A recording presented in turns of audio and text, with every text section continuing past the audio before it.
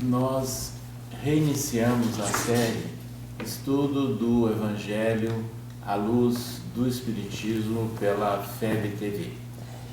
Hoje nós estaremos comentando o capítulo 17 do Evangelho segundo o Espiritismo, Sede Perfeitos.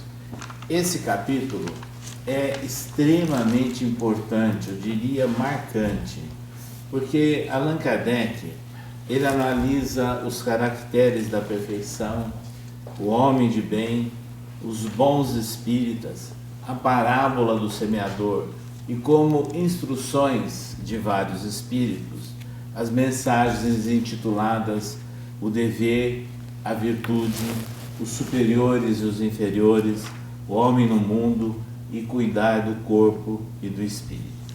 Nós gostaríamos de destacar que quando nós estamos tratando desse capítulo, nós estamos tratando da aplicação prática do viver o Evangelho. Isso é muito significativo. E no comentário de Kardec, no item Os Bons Espíritas, nós estamos, na verdade, nos comentários de Kardec, sobre o capítulo, o item, os bons espíritas, nós estamos ali obtendo um conceito sobre o que seria o verdadeiro espírita. Vamos então nos debruçar na análise desse capítulo do Evangelho segundo o Espiritismo.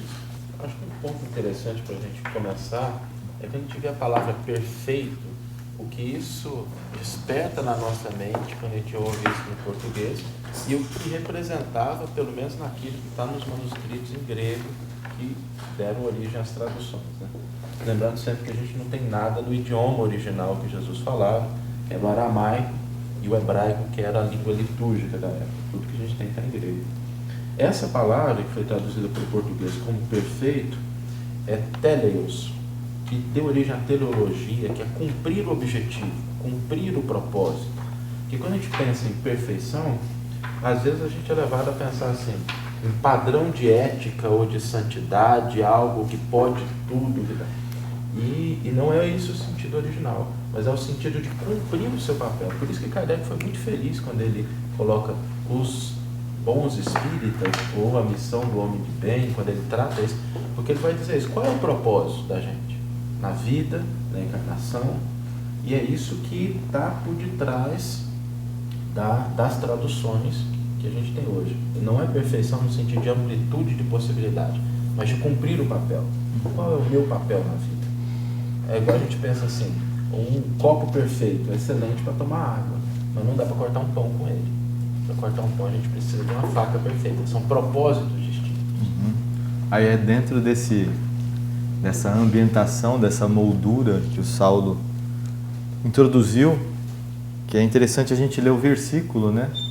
A passagem que vai tratar a lição, que é exatamente o item 1 desse capítulo, do Caracteres da Perfeição. Aí Kardec transcreveu o trecho de Mateus, capítulo 5, versículos 44, 46 a 48. E consta nesse trecho: Amai os vossos inimigos, fazei o bem aos que vos odeiam e orai pelos que vos perseguem e caluniam. Porque se somente amardes os que vos amam, que recompensa tereis disso? Não fazem assim também os publicanos?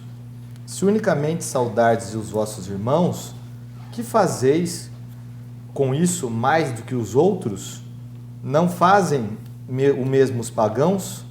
Sede, pois, vós outros perfeitos, como perfeito é vosso Pai Celestial. Então, essa é a passagem. Então, a gente vê que dentro dessa ideia de perfeição, do tipo de aprimoramento que nós devemos ter, nessa passagem aqui existe uma delimitação, existe uma especificação, um tema, ou um objeto a ser trabalhado, que é essa relação entre o nós, entre o eu e o outro. Esse problema que há geralmente, que é tão comum na nossa sociedade, hoje em dia traduzido na questão de identidade. Nos livros que analisam cultura, livros de antropologia, vai tratar a questão de identidade. É muito comum hoje em dia o destaque da identidade. Ressaltar as identidades, as diferenças e por aí vai. Sendo que Jesus coloca exatamente o oposto. A gente tem que ver o outro como um próximo, como um irmão e não como um diferente. Mas se a gente olhar essa passagem, tem vários termos que são interessantes a gente contextualizar dentro da época, né? Vários personagens. Se a gente puxar aqui, vai ter o inimigo, vai ter o publicano, vai ter o irmão, vai ter o pagão. São esses conceitos que, dentro daquela época, tinha, às vezes, um significado mais específico. Comecemos pelos mais fáceis, vamos dizer assim. Publicano. Eles eram os cobradores de impostos, os coletores. Uhum. Geralmente eram aqueles funcionários a serviço de um povo externo ao povo judeu, um povo que dominou os judeus. Então eram essas pessoas que vinham expropriar os judeus em benefício de um outro povo. De um povo que seria visto para ele como um não-irmão, um inimigo. Então o judeu era equiparado a uma prostituta. Era uma pessoa mal vista naquela sociedade. Pagão era aquela pessoa que não professava da mesma fé, não acreditava no mesmo Deus, não era judeu, também não era também da raça, era um pagão, nem era considerado. Então, o pagão tinha esse sentido, era o outro também. E os inimigos, é interessante a gente ver essa questão do amar os vossos inimigos, que aí se valendo de uma nota explicativa feita por um especialista, aqui na TEB, na Tradução Ecumênica da Bíblia, onde ele diz: o ódio aos inimigos não é prescrito no Antigo Testamento. Aí ele faz uma remissão ao Levítico 18, 19. E a gente indo lá no Levítico 18, 19, a gente vai... Levítico 19, 18. 19, 18. A gente vai ver: não te vingues e não sejas rancoroso em relação aos filhos do teu povo. É assim que amarás a teu próximo e a ti mesmo. Então a gente percebe que não tem mesmo essa questão do odiar o inimigo, mas tem essa questão de eleger quem é de delimitar quem é o meu próximo, quem é o inimigo, enfim. E aqui esse especialista continua: todo aquele que não pertencesse ao grupo dos filhos da luz era votado ao ódio que entrega o filho das trevas à vingança divina. Aqui trata-se provavelmente do inimigo da comunidade religiosa, ele dá um sentido. Então um inimigo geral, não um indivíduo, mas um inimigo coletivo. Este ódio violento no domínio religioso designa, portanto, antes uma oposição coletiva do que uma paixão individual. Então, na verdade, ele está falando aqui de povos. Essa questão do exclusivismo judeu. De sectarismo. De sectarismo. Uhum. Então, essa questão do inimigo aqui, no contexto em que Jesus falou, é coletivo. Digamos assim, classes, grupos, enfim, essa coisa sectária mesmo. Então, é isso que Jesus quer destacar. Novamente, estimulando como a solução ou estimulando nós a caminhar rumo à fraternidade. O nosso inimigo, um dia foi nosso amigo, né? Com certeza. E como tem uma inimizade, se não tem amizade. E aqui, no livro Luz Imperecível, de Honório Onofre Abreu, fala assim: os inimigos nos vigiam, apontam defeitos, fatos esses que contribuem de modo decisivo para o nosso aperfeiçoamento. Nossos amigos não mostram nossos defeitos, né? Eles, não, tá bom, tá ótimo, parabéns. O inimigo não, você falhou, você errou ali. Então é importante, né? Nós utilizarmos esses inimigos que nos apontam para que possamos corrigir as nossas falhas. Se for realmente falha, se não for, como diz o Emmanuel para o Chico, não liga para isso. Né? Já que você tocou no ponto dos defeitos, que na realidade é o contraponto sobre a perfeição, na questão 895 do Livro dos Espíritos, Kardec interroga: postos de lado os defeitos e os vícios acerca dos quais ninguém se pode equivocar, qual o sinal mais característico da imperfeição que nós podemos ter, não é? E aí os espíritos já começam dizendo o interesse pessoal, né? Que vai muito na linha do que o Flávio estava comentando, né? Ainda que seja na linha sectária, mas é o interesse daquele grupo de pessoas, que era o caso lá. Então ele diz que é o interesse pessoal, que também quando para nós termos uma seita ou termos um grupo, na realidade é uma reunião de interesses pessoais que formam aquele grupo que cria os seus inimigos em volta, né? E eles terminam a resposta dizendo o seguinte, os espíritos de luz, né? O apego às coisas materiais constitui sinal notório de inferioridade, porque quanto mais se aferrar aos bens deste mundo, tanto menos compreende o homem o seu destino. Pelo desinteresse, ao contrário, demonstra que encara de um ponto de vista mais elevado o futuro. Nós estamos então concluindo uma primeira parte do estudo do capítulo 17, Sede Perfeito do Evangelho segundo o Espiritismo, que aborda um trecho de Mateus, que Kardec chamou de Caracteres da Perfeição. Nós vamos continuar na sequência, aprofundando agora em outros itens e outras nuances desse capítulo tão importante do Evangelho segundo o Espiritismo.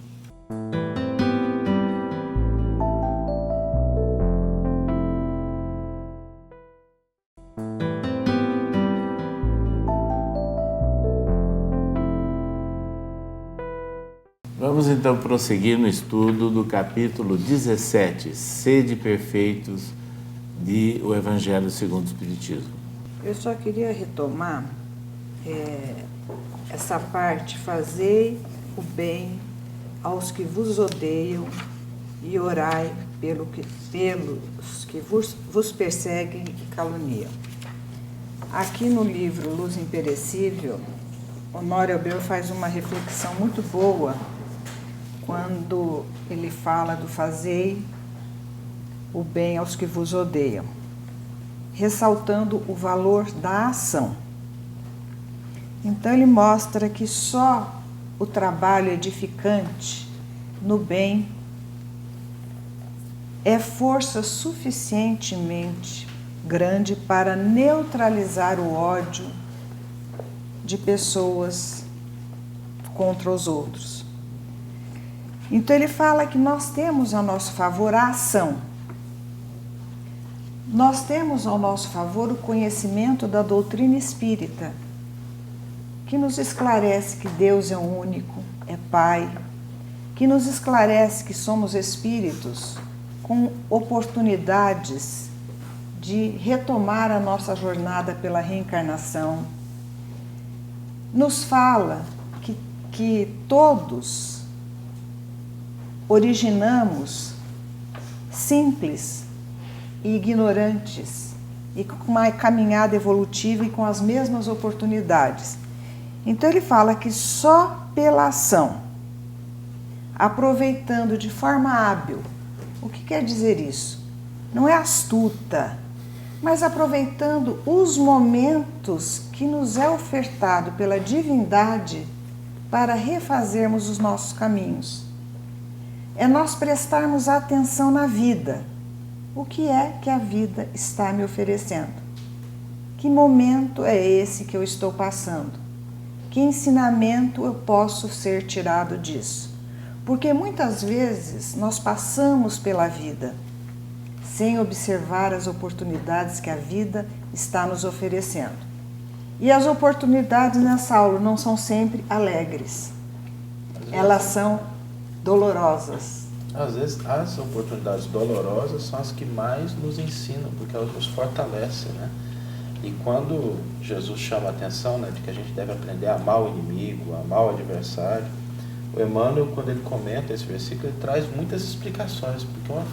Por que isso, né? Mas é quando você ama que você desenvolve aquela capacidade de se proteger. Quando você ama é quando você internaliza valores que não vão te deixar sendo levado pelas circunstâncias. Então são essas situações que colocam aqueles pilares realmente dentro do nosso coração, como aquela casa construída sobre a rocha, né?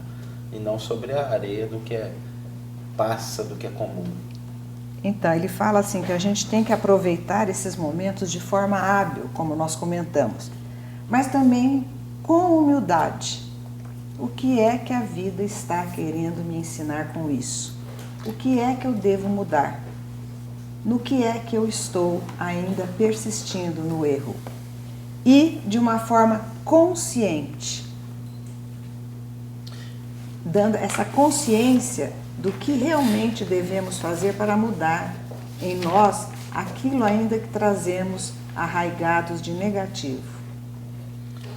E a cada momento a vida nos oferece coisas diferentes, né? Porque para a criança é um tipo de lição, para adolescente é outro tipo de lição, para a pessoa madura é outro tipo de lição. E às vezes a gente olha e as lições parecem que vão sendo cada vez mais duras, mais difíceis, mas é natural, né? Tem uma coisa que nos chama muita atenção, Paulo, na carta aos Hebreus, no capítulo 5, versículo 14, ele diz assim: os adultos, porém, que pelo hábito possuem senso moral exercitado para discernir o bem do mal, recebem um alimento sólido. E aí a gente pensa, poxa, mas o que é que tem a ver com o perfeito, né? Essa tradução, que é a tradução da Bíblia de Jerusalém, traduziu a palavra teleios por maduro.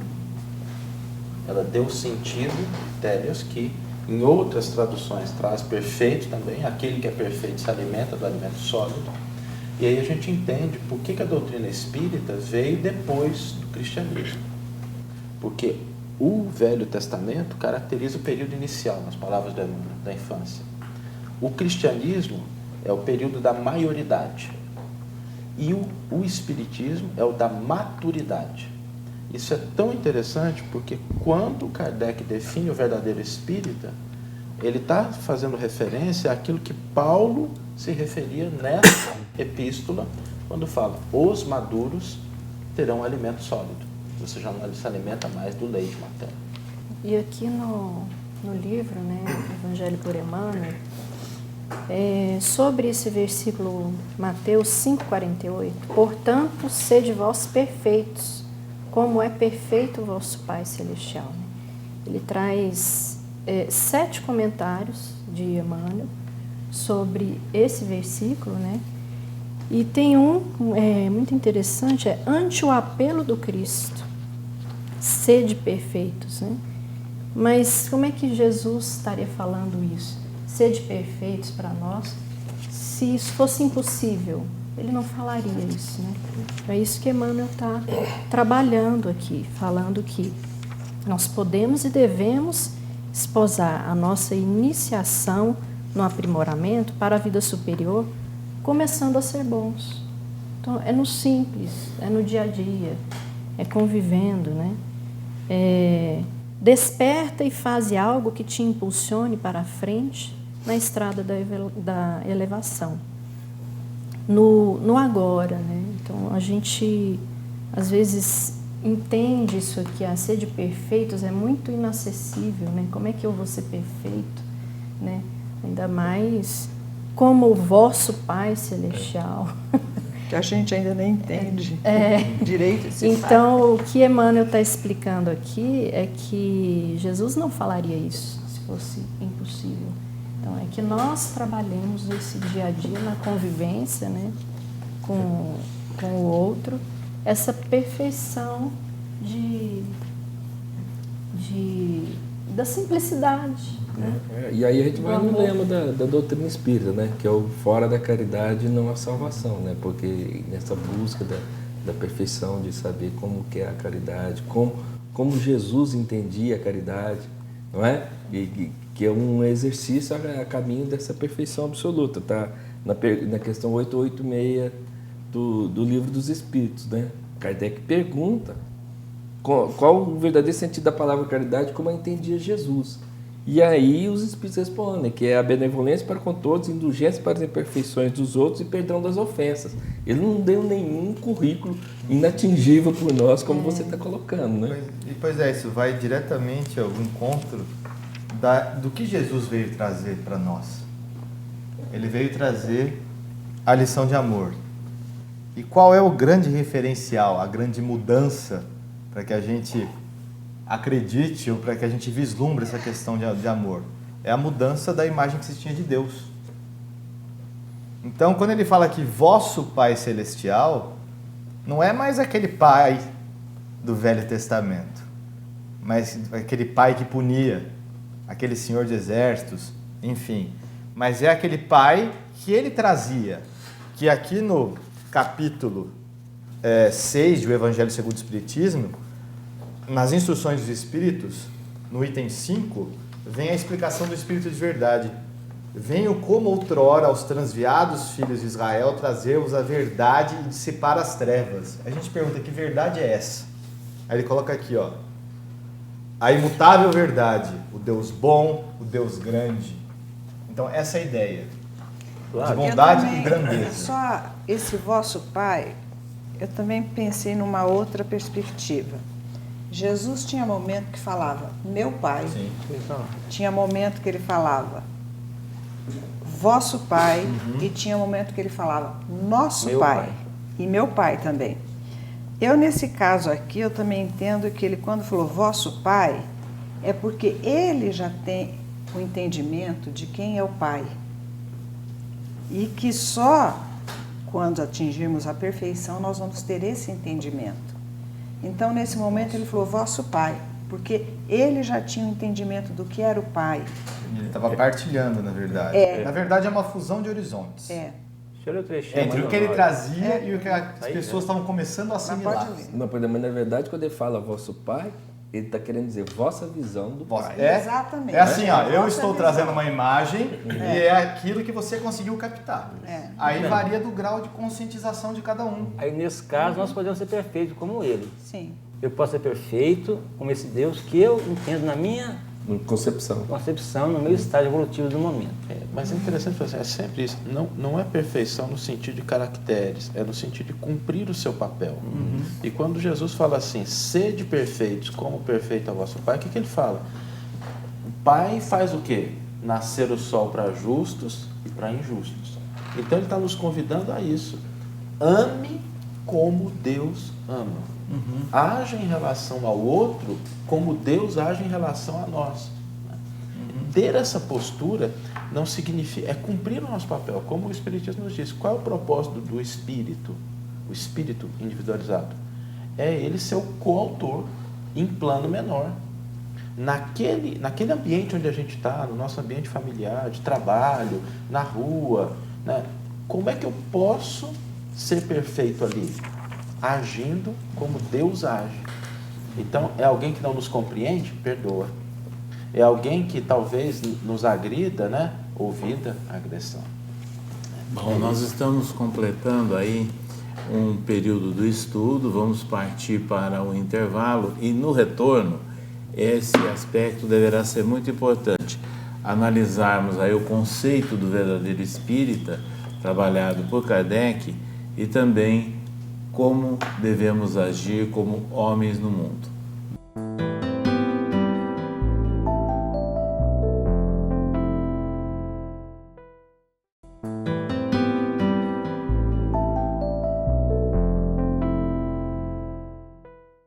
Partimos agora para a terceira etapa do estudo do capítulo 17, Sede Perfeitos, do Evangelho segundo o Espiritismo. E agora, sem dúvida, se torna muito importante a análise do item Os Bons Espíritas e também do Homem no Mundo. Vamos então agora trocar ideias sobre esses dois temas. Acho interessante quando a gente fala da doutrina espírita, né? A doutrina espírita ela nos oferece uma perspectiva que nos convida a agir de uma determinada maneira. Pela realidade da vida espiritual, como a Célia comentou antes, da reencarnação, da bondade de Deus, da presença de Deus constante, nós precisamos fazer as nossas escolhas no mundo tendo esse background.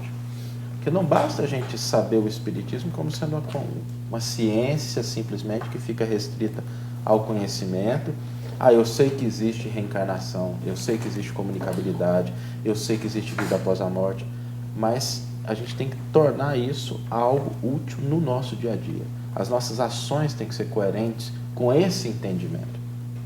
Eu me recordo uma vez que Kardec traz uma carta de uma pessoa que estava viajando pela América do Sul e ensinou o Livro dos Espíritos para os índios, traduzindo. E um dos índios falou assim, quer dizer que um índio pode nascer entre os brancos? Ele falou, pode. E o índio chegou à conclusão, para resumir isso, então quando eu encontrar um homem branco, eu não devo fazer guerra a ele, porque pode ser o meu irmão reencarnado. É esse entendimento, esse background, que a maturidade que a doutrina espírita nos proporciona, nos convida a ter. E aí é lógico que nós vamos nos defrontar com coisas mais sólidas, com situações mais desafiantes, porque a gente já tem condição de enxergar o que está por trás dessas situações. Que no caso é uma geografia vibratória e não uma geografia territorial, não é? Então, quando a gente fala essa questão do bom espírito, a gente vai vincular também a um trecho desse versículo, que é aquele, o que você faz além dos outros? O que você está fazendo de especial? O que te difere? O que você está buscando ou demonstrando em prol do próximo? E nesse ponto, que conecta o bom espírito ao homem do mundo, que é o outro item, que é como essa coisa vai se manifestar ou vai refletir na sociedade, Emmanuel tem uma mensagem bastante interessante do livro Fonte Viva, capítulo 96, chamada Além dos Outros, que vale a pena a gente ler na íntegra. Ele vai comentar o capítulo 5, versículo 46 de Mateus. Não fazem os publicanos também o mesmo?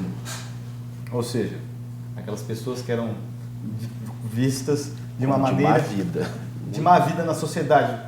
Não está fazendo a mesma coisa que você? O que você faz de especial para se diferenciar deles? Aí Emmanuel vai explicar para nós.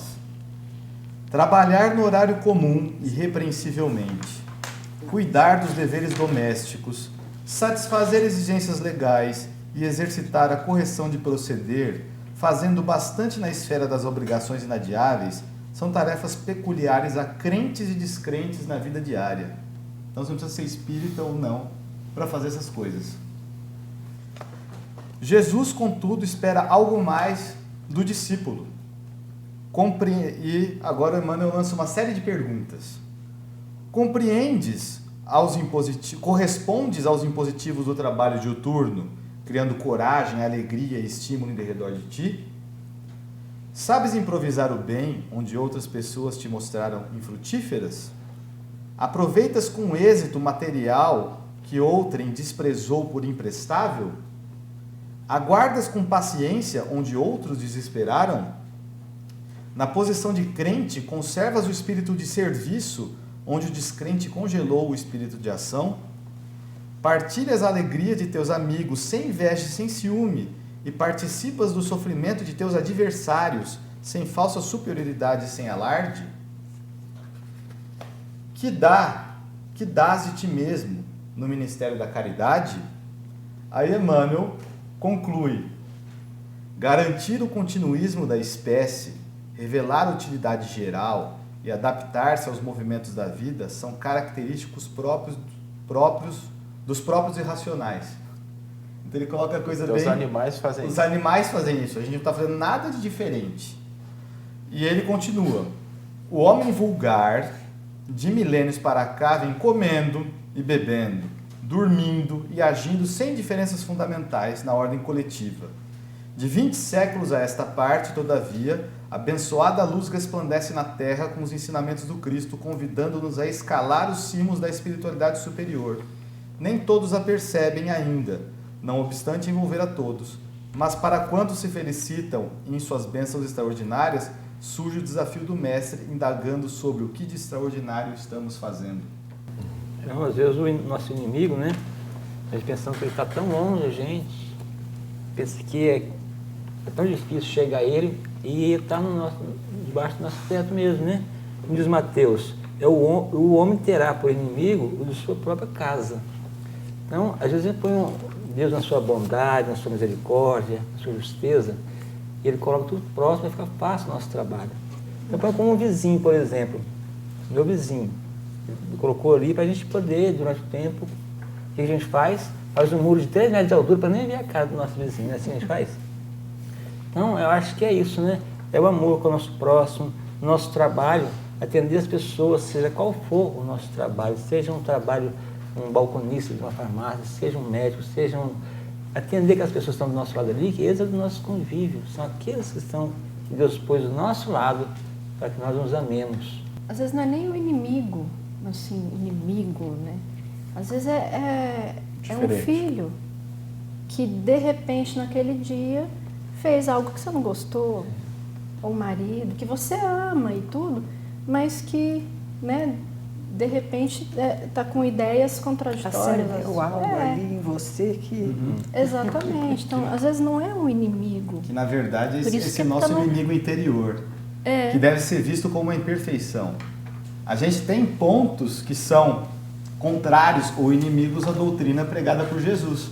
Estão dentro de nós. Por isso que está tão próximo. Agora- Que o dia inteiro a gente lida com o outro que é diferente, com ideias diferentes, que você não Mas concorda. eu acho que a gente tem que pensar também num aspecto.